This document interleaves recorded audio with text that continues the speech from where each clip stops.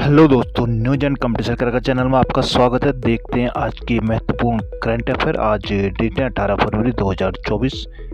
तो आज की कुछ महत्वपूर्ण करंट अफेयर के साथ दोस्तों, वीडियो शुरू करने से पहले आपसे एक रिक्वेस्ट है, कृपया चैनल को सब्सक्राइब जरूर कर लीजिएगा। और आज का पहला करंट अफेयर है, महाभारत महाकाव्य से प्रेरित एक संग्रहालय और व्याख्या केंद्र का उद्घाटन कहाँ किया गया है? ए उत्तर प्रदेश, बी रेवाड़ी, सी पानीपत या डी कुरुक्षेत्र। आंसर है इसका बी रेवाड़ी। प्रधानमंत्री नरेंद्र मोदी ने ज्योतिषर अनुभव केंद्र का उद्घाटन किया। यह रेवाड़ी में महाकाव्य से प्रेरित एक संग्रहालय और व्याख्या केंद्र है। हालांकि परियोजना अभी पूरी नहीं हो पाई है, लेकिन इसकी जो 5 नियोजित दिख रहे हैं उनमें से 2 का उद्घाटन एक आशाजनक शुरुआत का प्रतीक है। इसमें लगभग 240 करोड़ रुपए के लगने की संभावना है। यह हरियाणा के कुरुक्षेत्र के सांस्कृतिक और आध्यात्मिक पर्यटन परिदृश्य को बढ़ाने के लिए तैयार किया गया है। अगला क्वेश्चन देखते हैं, हाल ही में क्वाड बिल किस देश के संसद ने पारित किया? ए जापान, बी अमेरिका, सी भारत या डी ऑस्ट्रेलिया।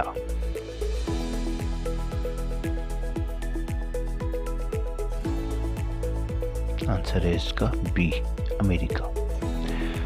अमेरिकी प्रतिनिधि सभा में अमेरिका, ऑस्ट्रेलिया, भारत और जापान के बीच सहयोग बढ़ाने के उद्देश्य क्वाड बिल को भारी बहुमत से पारित कर दिया गया है।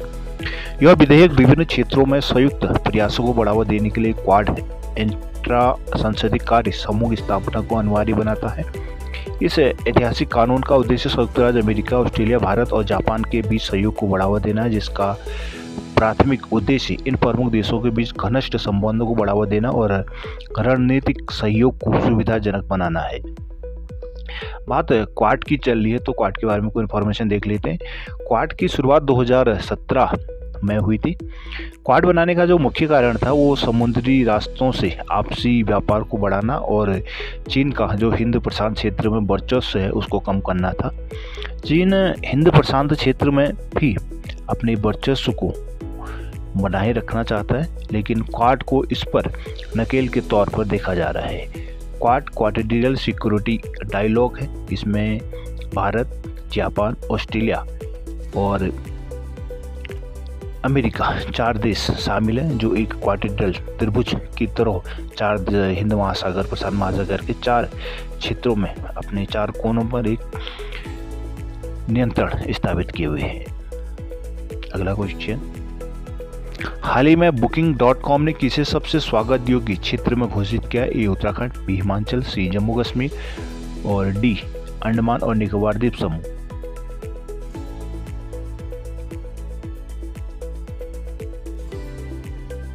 आंसर है इसका हिमाचल।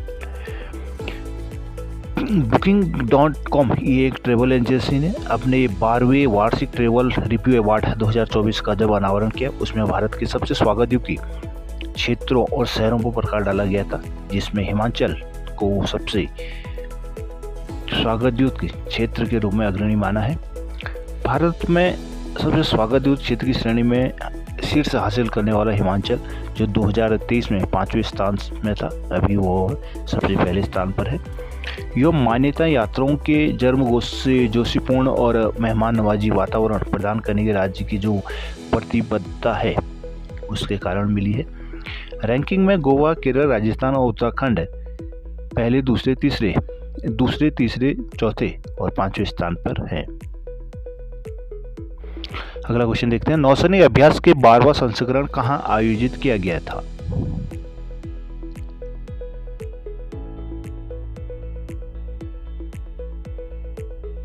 आंसर है इसका ए मुंबई, बी विशाखापत्तनम, सी गोवा या डी पोरबंदर। आंसर है बी विशाखापत्तनम। विशाखापत्तनम में मिलन नौसैनिक अभ्यास के 12वें संस्करण में मेजबानी कर रहा है। मिलन नौसैनिक अभ्यास 19 से लेकर 27 फरवरी तक एक रणनीतिक बंदरगाह शहर विशाखापत्तनम में आयोजन होना है, जिसमें 51 देशों के नौसैनिक बलों की एक महत्वपूर्ण अभ्यास होगा। इस वर्ष की थीम इसका है सुरक्षित समुद्री भविष्य के लिए नौसैनिक गठबंधन बनाना। सहयोग और रणनीतिक संवाद के माध्यम से वैश्विक समुद्री सुरक्षा को बढ़ाने के लिए अभ्यास की प्रतिबद्धता को इस मिलन एक्साइज 2024 के थ्रू प्रतिबद्धित किया गया है। हाल ही में LIC ने अमृत बाल उत्पाद किसके लिए पेश किया? एक नव दंपति के लिए, B बच्चों के लिए, C बुजुर्गों के लिए या D इनमें से कोई नहीं। आंसर है इसका B बच्चों के लिए। भारतीय जीवन बीमा निगम LIC ने अमृत बाल नाम से एक नया बीमा उत्पाद पेश किया है। अमृत बाल बच्चों की शैक्षिक और अन्य महत्वपूर्ण जरूरतों को पूरा करने के लिए डिजाइन किया गया है। यह एक रणनीतिक वित्तीय साधन के रूप में उभरा है। इस उत्पाद में या इस योजना में, इस बीमा में कई उल्लेखनीय विशेषताएं हैं जिनका उद्देश्य बच्चों की भविष्य की जरूरतों के लिए पर्याप्त धनराशि तैयार करना है। मुख्य आकर्षणों में से एक गारंटी युक्त अतिरिक्त है जो प्रत्येक पॉलिसी वर्ष के अंत में मूल बीमा राशि के प्रति 1080 रुपये के संचय का वादा करता है। बात LIC की कर ली जाए तो LIC की स्थापना 1 सितंबर 1956 में हुई थी। इसका मुख्यालय मुंबई में है और पूरे देश में इसके एजेंटों के थ्रू इनका कार्य चलता है। अगला क्वेश्चन देखते हैं। वैश्विक पर्यटन लचीलापन दिवस कब मनाया जाता है? A 16 February, B 17 February, C 18 फरवरी या D 19 फरवरी। आंसर है इसका B 17 फरवरी। 17 फरवरी 2023 को पहली बार बनाया गया था एक संयुक्त राष्ट्र का वैश्विक पर्यटन लचीलापन दिवस। और पर्यटन उद्योग के लचीलेपन को स्वीकार करने और आगे बढ़ाने की दिशा में यह एक महत्वपूर्ण कदम है। UNWTO के नवीनतम आंकड़ों से पता चलता है कि जो अंतर्राष्ट्रीय पर्यटन में 2023 में उल्लेखनीय वृद्धि हुई है। अनुमान तो 975 मिलियन पर्यटकों ने जनवरी और सितंबर के बीच अंतर्राष्ट्रीय स्तर पर यात्रा की, जो 2022 की तुलना में 38% की वृद्धि के साथ थी। इस पहल का उद्देश्य एक ऐसे पर्यटन क्षेत्र को बढ़ावा देना है जो अप्रत्याशित या प्रत्याशित दोनों चुनौतियों का सामना कर सके, जिससे कि विशेष रूप से विकासशील देशों में सतत विकास और आर्थिक स्थिरता में इसका योगदान, पर्यटन का योगदान सुनिश्चित हो सके। हाल ही में विश्व बैंक द्वारा किस राज्य के कौशल विकास की परियोजनाओं को मंजूरी दी गई है? A Uttar Pradesh, B Sikkim, C Rajasthan या D महाराष्ट्र। आंसर है इसका B सिक्किम। विश्व बैंक ने भारत में सिक्किम राज्य को समर्थन देने के उद्देश्य से एक नई परियोजना को मंजूरी दी है। इस परियोजना का उच्च विकास और प्राथमिकता वाले क्षेत्रों में 3,50,000 महिलाओं और युवाओं के लिए प्रशिक्षण, कौशल उन्नयन और नौकरियां प्रदान करने पर केंद्रित है। इस परियोजना का लक्ष्य सिक्किम में उच्च विकास वाले क्षेत्रों में रोजगार के अवसरों के लिए 3,500,000 महिलाओं और युवाओं को प्रशिक्षित और कुशल बनाना है। प्राथमिकता वाले क्षेत्रों में नवीनीकरण ऊर्जा, सूचना प्रौद्योगिकी, सेवाएं और पर्यटन, आतिथ्य और कल्याण, देखभाल और रचनात्मक डिजाइन शामिल है। सिक्किम के बारे में कुछ जानकारी देख ली जाए। आगे बढ़ने से पहले विश्व बैंक के बारे में कुछ एक्स्ट्रा जानकारी देख ली जाए। विश्व बैंक की स्थापना 1944 में हुई थी। इसका मुख्यालय अभी वाशिंगटन DC अमेरिका में है। इसमें 189 सदस्य हैं और इनका विश्व बैंक का अध्यक्ष अभी अजय बंगा जो भारतीय हैं वे चुने गए हैं। और सिक्किम के बारे में कुछ जानकारी देख लेते हैं। सिक्किम के राज्यपाल अभी लक्ष्मी प्रसाद आचार्य है और यहाँ के मुख्यमंत्री प्रेम सिंह तमांग है और सिक्किम की राजधानी गंगटोक है।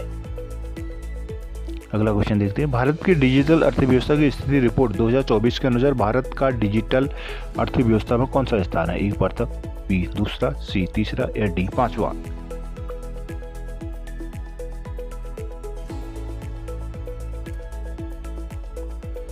आंसर है इसका C तीसरा। भारत ने तीसरी सबसे बड़ी डिजिटल अर्थव्यवस्था के रूप में वैश्विक डिजिटीकरण में मील का पत्थर हासिल कर लिया है।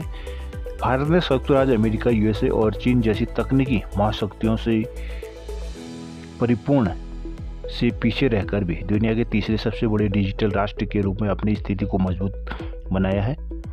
यह एक महत्वपूर्ण उपलब्धि है। भारत की डिजिटल अर्थव्यवस्था की स्थिति रिपोर्ट 2024 का हिस्सा है, जिसका अनावरण दिल्ली स्थित प्रसिद्ध think tank Indian council for research on international economic relation ICRIER के द्वारा किया गया है। रिपोर्ट भारत के डिजिटल परिदृश्य की एक व्यापक तस्वीर पेश करता है। इसकी तुलना दुनिया के कुछ सबसे विकसित अर्थव्यवस्थाओं से करती है, फिर भी उपयोगकर्ता स्तरीय डिजिटल जुड़ाव के सुधार के क्षेत्रों पर प्रकाश डालती है। हाल ही में भारत ने डिजिटल सहयोग के लिए किस देश के साथ समझौता ज्ञापन पर हस्ताक्षर किए हैं? ए वेनेजुएला, बी कोलंबिया, सी मॉरिशस या डी श्रीलंका।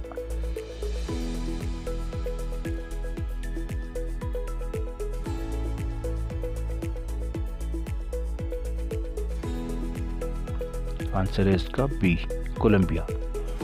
भारत और कोलंबिया ने डिजिटल सहयोग पर समझौता ज्ञापन पर हस्ताक्षर किए हैं।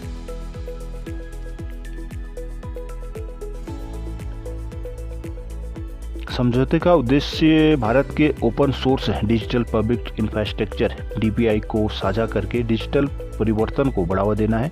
विशेष रूप से इंडिया स्टैक सॉल्यूशन पर ध्यान केंद्रित करना है। MOU का उद्देश्य क्षमता निर्माण कार्यक्रमों और सर्वोत्तम प्रथाओं के आदान प्रदान के माध्यम से डिजिटल परिवर्तन को बढ़ावा देना, विशेष रूप से इंडिया स्टैक सॉल्यूशन का लाभ उठाना है।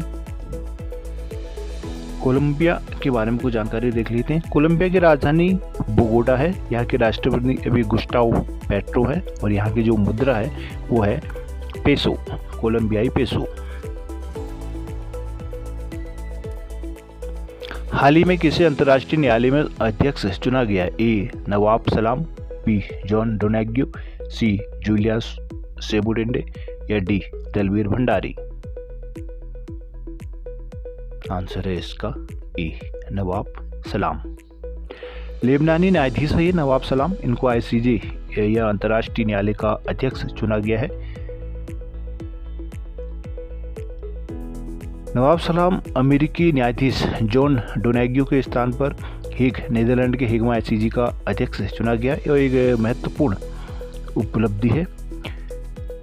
3 साल का कार्यकाल उनका हो चुका था। इस प्रतिष्ठित पर रहने वाले पहले लेबनानी और दूसरे अरब के रूप में चिन्हित किए गए हैं। ICJ के साथ सलाम की जो यात्रा भी 2018 में शुरू हुई थी, वो वर्तमान में विश्व स्तर पर सर्वोच्च न्यायिक पद पर है। उनकी नियुक्ति अंतर्राष्ट्रीय कानून के क्षेत्र में उनके उल्लेखनीय योगदान को उजागर करता है। संयुक्त राष्ट्र के प्रमुख न्यायिक निकाय के रूप में ICJ अंतर्राष्ट्रीय न्यायालय राज्यों के बीच कानूनी विवादों पर निर्णय लेने और संयुक्त राष्ट्र के अंगों और विशेष एजेंसियों द्वारा संदर्भित कानूनी पक्षों पर सलाहकार प्रदान करने के लिए जिम्मेदार होता है। अंतर्राष्ट्रीय न्यायालय के बारे में कुछ जानकारी देख लेते हैं। अंतर्राष्ट्रीय न्यायालय हेग, नीदरलैंड में है। यह 30 जनवरी 1922 को इसका उद्घाटन किया गया था। इसमें अभी 15 न्यायाधीश हैं और इसके 193 देश इसके सदस्य हैं। इसके अलावा इसकी जूलिया सेबुटेंडे इसकी उपाध्यक्ष है और भारत के दलवीर भंडारी फिर यहाँ पे अभी न्यायाधीश हैं। हाल ही में भारतीय प्रधानमंत्री नरेंद्र मोदी द्वारा वीर लाचित बोरफुकन की 125 फुट की प्रतिमा का अनावरण कहाँ किया गया था? ए अयोध्या, बी जोरहाट, सी देहरादून या डी सिलचर।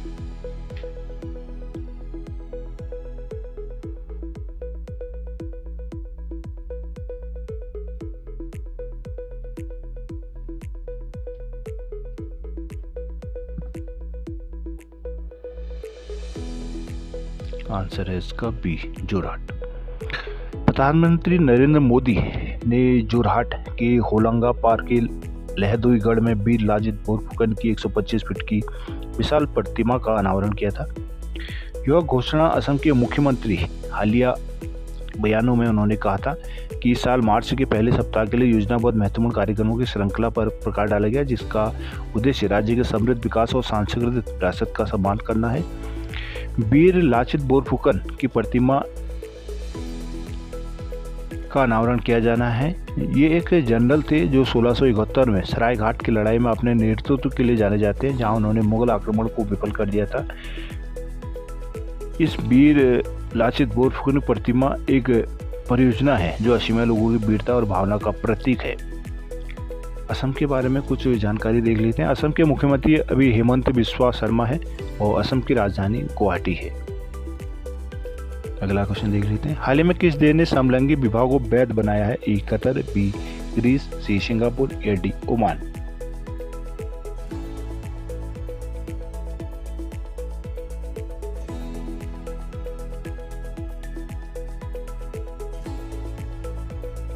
आंसर है इसका बी ग्रीस।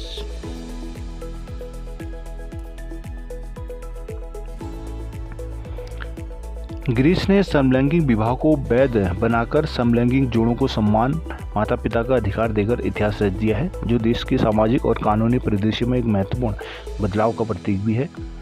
इस नए पारित कानून ने न केवल समान लिंग विवाह को मान्यता दिया है, बल्कि समान लिंग वाले जोड़ों के लिए समान माता पिता के अधिकार भी सुनिश्चित किए हैं, जिसमें समान लिंग वाले माता पिता दोनों को अभिभावकों के रूप में समान कानूनी दर्जा मिलेगा, जिससे उन्हें अपने बच्चों के लिए महत्वपूर्ण निर्णय लेने और उनके भरण पोषण या पालन पोषण में पूरी तरह से भाग लेने की अनुमति मिलेगी।